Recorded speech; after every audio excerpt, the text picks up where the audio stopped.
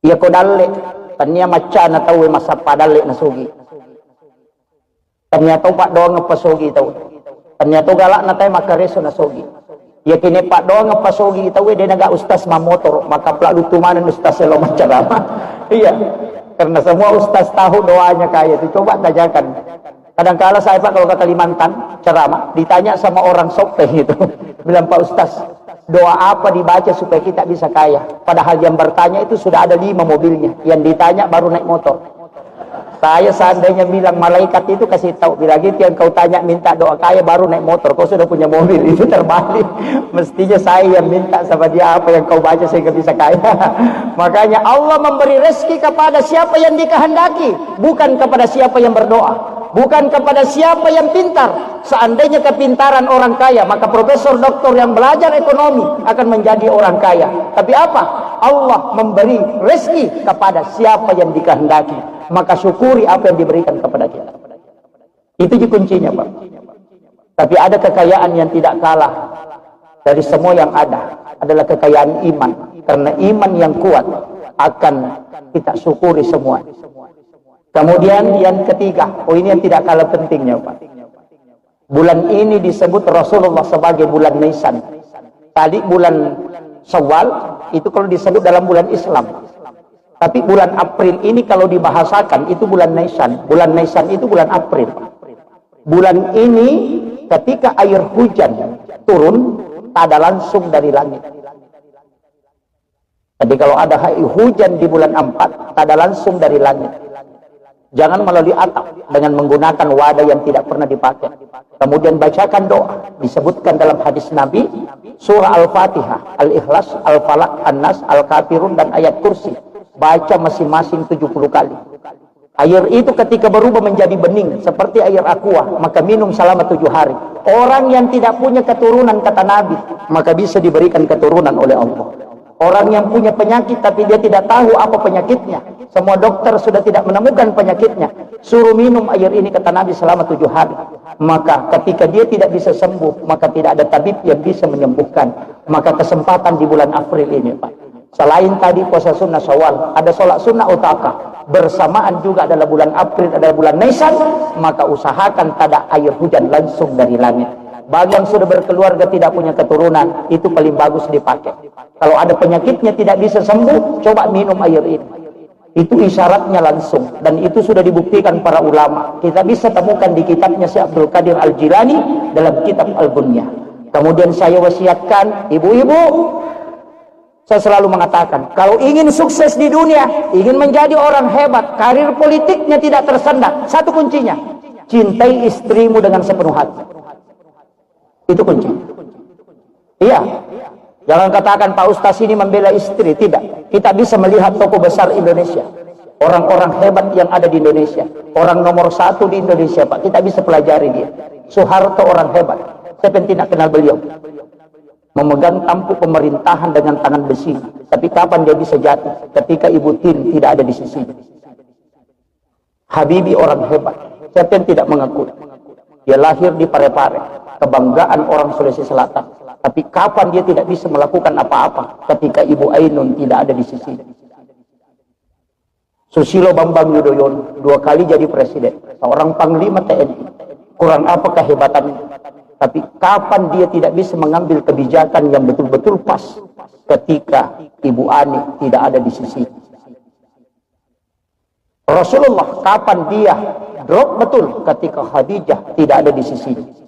Maka kunci kepemimpinan seorang laki-laki itu ada pada siapa yang mendampingi dia. Makanya saya tidak pernah terlalu kagum dengan seorang pemimpin laki-laki, karena pasti ada wanita hebat yang ada di sisi. Dan kuncinya, iya, kuncinya betul itu, Pak. Dan agama mengajarkan untuk itu. Makanya kalau kita mau mendapatkan keberkahan rezeki dan keberkahan hidup dan kesuksesan hidup, cintai istrimu dengan sepenuh hati. Sebaliknya, kita bisa buktikan, Pak, berapa banyak pimpinan pondok pesantren yang ada di luar sana. Hafal Al-Quran 30 juz, ratusan bahkan ribuan hadis dia hafal. Setiap hari sholat 5 waktu. Kurang soleh apa dia? Tapi ketika dia berzina dengan santrinya, pasti dia jatuh sejatuh-jatuhnya dan hina sehina-hinanya. Artinya apa? Yang hafal Quran dan hadis saja bisa dihinakan karena perbuatannya, apalagi yang tidak hafal Quran. Itu pelajaran. Makanya saya selalu menyampaikan, jika ingin hidupnya berkah dan mudah perjalanannya, cintai istrimu sepenuh hati. Karena doa istri 3 kali lebih cepat diijabah dibanding doa suami. Makanya ketika ada hajat, beritahu istri, nanti dia berdoa. Karena wanita sebelum mengangkat tangannya, itu malaikat sudah menunggu. Tapi kalau ibu-ibu sudah berdoa setengah mati dan tidak terijabah, maka suruh bapaknya tambah istri supaya banyak yang mendoakan.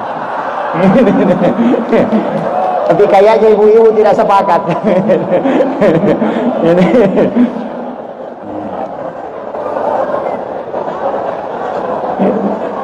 Ibu-ibu langsung protes. Makanya ibu-ibu saya sampaikan, kalau ada masalah jangan dikasih masuk di media sosial, jangan dikasih masuk di Facebook.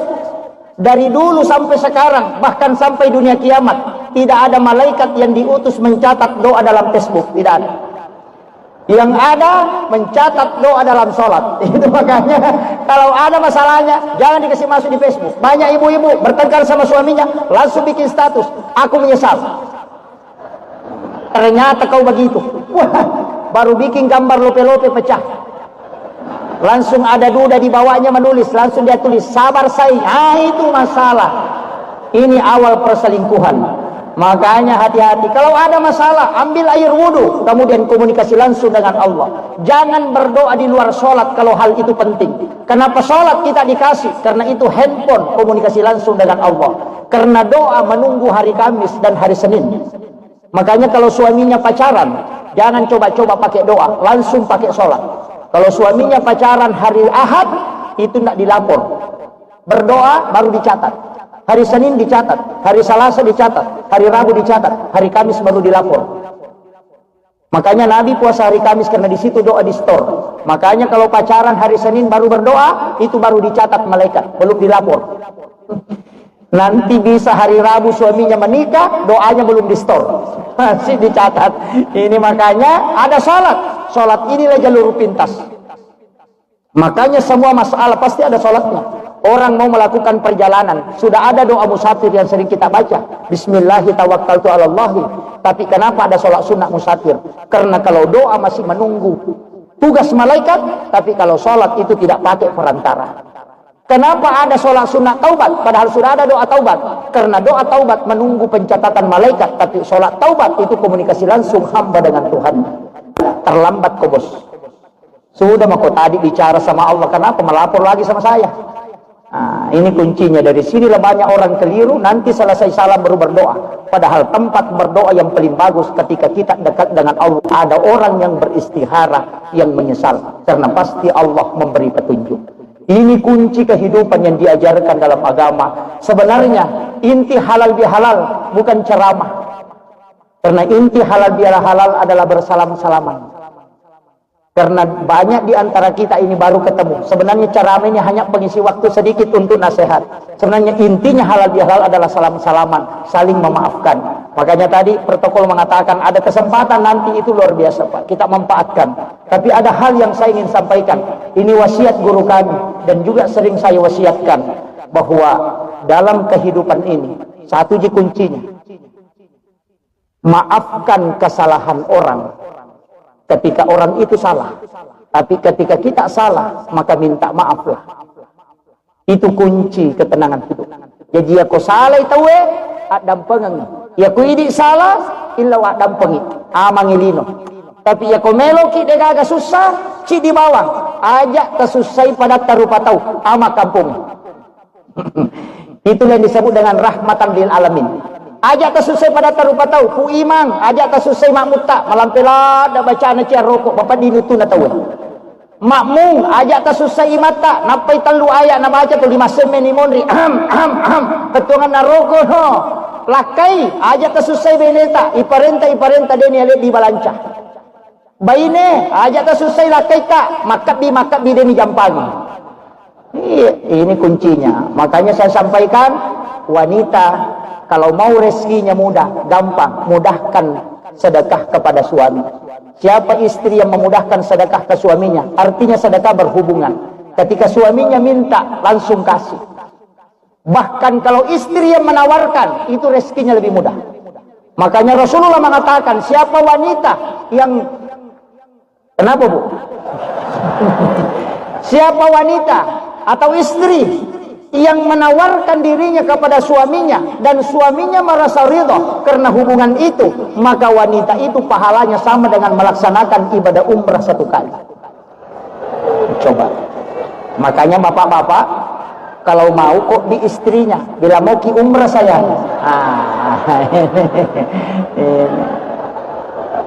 Saya pelajari dalam ilmu hikmah Pak Bu, ini jadi masalah biasanya memang. Kalau ada wanita mau berhubungan dengan suaminya baru makobi-kobi suaminya, nah tidak dihiraukan atau muncul permintaan, maka digurut tak aja mau berhubungan narekomang ke permintaan nama kunraya. Maka bini lakainya nasapat dia ngijok lampu. Dia pernah talacak tengah. Anu jok jendela, kakang ngijok lo lekakku. Ya kongka anak tamatu, pasti mak bali-bali kongka kaki pudang. Tidak akan penurut. Yang kedua, jangan berhubungan di saat kita ngantuk. Kenapa? Anakmu tidak bisa bicara sampai umur 7 tahun belum bisa bicara. Yenang kana anak tu 5 kedami amma apa ai lan roca kerudu ya. Betul kagak kowe? Saya sering dibawakan anak-anak minta didoakan, belum bisa bicara Ustaz. Saya cuma kasih tahu satu kuncinya. Siapa yang berhubungan dalam keadaan ngantuk, pasti anaknya tidak bisa bicara. Lambat baru bisa bicara. Saya pernah baca bukunya Bapak Profesor Dr. Dadang Hawadis dalam buku psikoterapi Al-Quran. Bahkan beliau meneliti. Apa penelitiannya? Siapa yang berhubungan setelah salah satunya pernah bermimpi berhubungan badan, kemudian bangun dan berhubungan secara nyata dengan pasangannya tanpa diantara dengan wudu, ketika istrinya hamil, maka anaknya dipastikan lahir dalam keadaan epilepsi atau kena penyakit ayam. Itu penelitian Bapak Profesor Dr. Dadang Hawadis dalam buku psikoterapi Al-Quran. Inilah kenapa orang tua kita dulu selalu mengajarkan aja musibawa siba benemu narekodemu mapacing, kemudian dalam keadaan tenang. Magai ya kumaliwasan kita berhubungan palasang anak tak mesolat dan kita berhubungan makutu anak tak. Ngerang itu makanya pakanjaki memang. Tapi ada tempat berhubungan yang paling bagus. Ada tempat berhubungan waktu yang paling bagus sesudah sholat duhur, sebelum dan sesudah sholat subuh. Itu paling bagus, Pak. Generasi kita paling bagus di situ. Itu wasiatnya guru Profesor Dr. Quraisyihab kepada Profesor Dr. Arifuddin Dibone. Kalau engkau berhubungan, dan ternyata memang ada hadisnya. Ketika engkau ingin masuk ke dalam kamar ibu bapakmu di siang hari, maka ketuk pintunya. Kenapa sih? Islam Imamul Ghazali dalam kitab Hiyaliddin. Itu Nabi bilang orang buka Arab.